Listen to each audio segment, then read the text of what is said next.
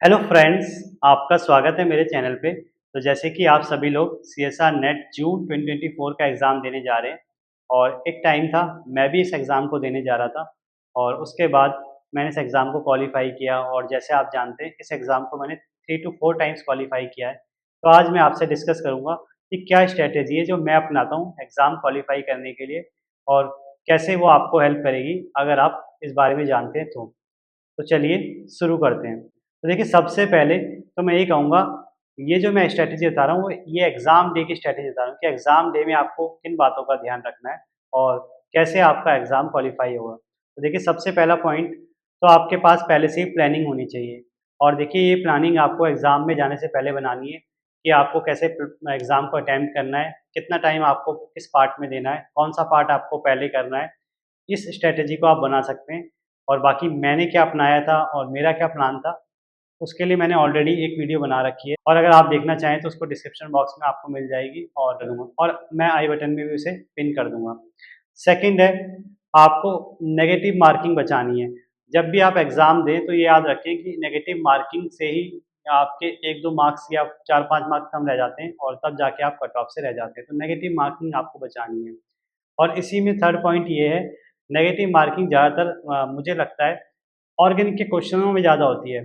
क्योंकि देखिए ऑर्गेनिक के क्वेश्चन जो लेंथी क्वेश्चन होते हैं मल्टी स्टेप वाले, उसमें गलतियाँ होने के ज़्यादा चांस होते हैं। तो मैं ये कहूँगा ऐसे क्वेश्चन से आप बचने की कोशिश करें। जब तक आप पूरे कॉन्फिडेंट ना हो तब तक आप उनमें आंसर ना लगाएँ। यानी आपको ऑर्गेनिक के स्टेप वाइज़ वो मल्टी स्टेप क्वेश्चन में बचना है। सेकंड, आपको तुक्कों से भी बचाना है अपने आप को, मतलब तुक्के ऐसे ही नहीं मारने। फोर्थ पॉइंट है, देखिए आपको ये भी देख लेना है कि आपके पास कैलकुलेटर अवेलेबल है कि नहीं।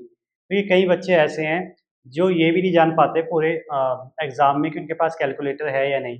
और मैंने ये देखा है जितनी बार मैंने नेट क्वालीफाई किया है मुझे हर बार पता होता है कि इसमें कैलकुलेटर है कि नहीं और मैं उस कैलकुलेटर का अच्छे से इस्तेमाल करता हूँ। आप लोग ये गलती करते हैं कि आप में से आधे लोगों को यही नहीं पता होता कि इस एग्ज़ाम में कैलकुलेटर है या नहीं, मतलब चेक ही नहीं करते अच्छे से इंटरफ़ेस पूरा। और सेकंड, कैलकुलेटर का यूज़ भी अच्छे से नहीं करते। यूज़ का मतलब है कि आपको कैलकुलेटर में जब आप एक बार कैलकुलेशन कर लें तो रफ़ कॉपी में उसको लिख लें। उसके बाद अगर आप क्वेश्चन को अधूरा भी छोड़ते हैं तो जब वापस उसमें आते हैं तो वहीं से कैलकुलेशन स्टार्ट करें। ऐसा नहीं है कि एक बार आप कैलकुलेटर से सॉल्व करें, उसके बाद उसे कहीं भूल जाएँ, फिर दोबारा जब क्वेश्चन सॉल्व करें, दोबारा कैलकुलेटर यूज़ करें। मतलब आप एवरी टाइम कैलकुलेटर यूज़ ना करें और कैलकुलेटर को अच्छे से इस्तेमाल करें। सेकंड, कैलकुलेटर लेंथी क्वेश्चन्स को भी ईज़ी बनाता है। तो आप कैलकुलेटर के सारे फंक्शन सीख लें कि कैसे आपके लेंथी क्वेश्चन ईज़ी बन सकते हैं, उस पे भी आपको ध्यान देना है। एंड थर्ड, आप इस बात को भी ध्यान दें कि कैलकुलेटर कई-कई ऐसे क्वेश्चनों का भी आपको आंसर दे देता है जो पार्ट ए में होते हैं। तो यानी पार्ट ए के क्वेश्चन्स के भी आप अगर ऑप्शन डायरेक्ट कैलकुलेटर में रखते हैं तो आप कहीं न कहीं क्वेश्चन के पास पहुँच जाते हैं और आपको आंसर मिल जाता है।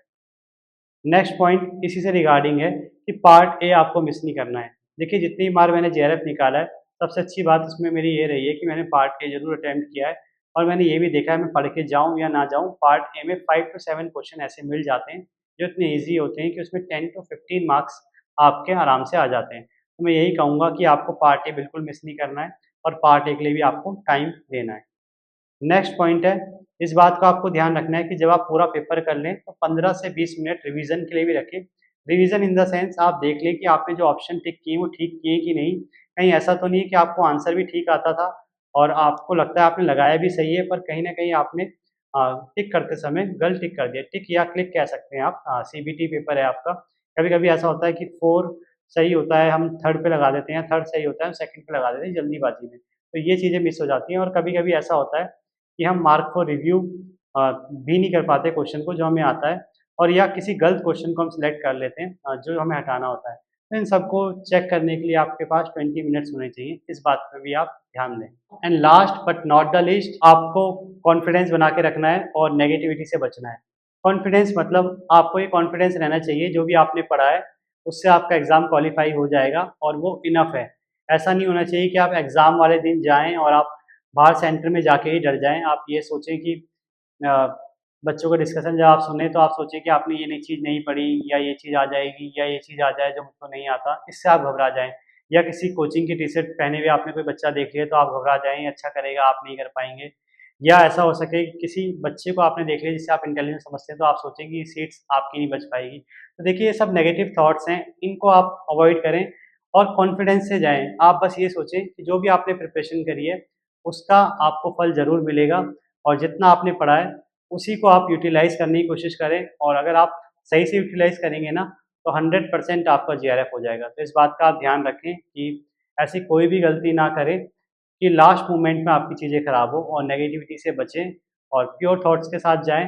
हो सके तो आप नोट्स ना ही ले जाएँ और कोई भी डिस्कशन एग्ज़ाम से पहले ना करें और ना ही एग्ज़ाम के बाद, जब तक रिज़ल्ट नहीं आ जाता।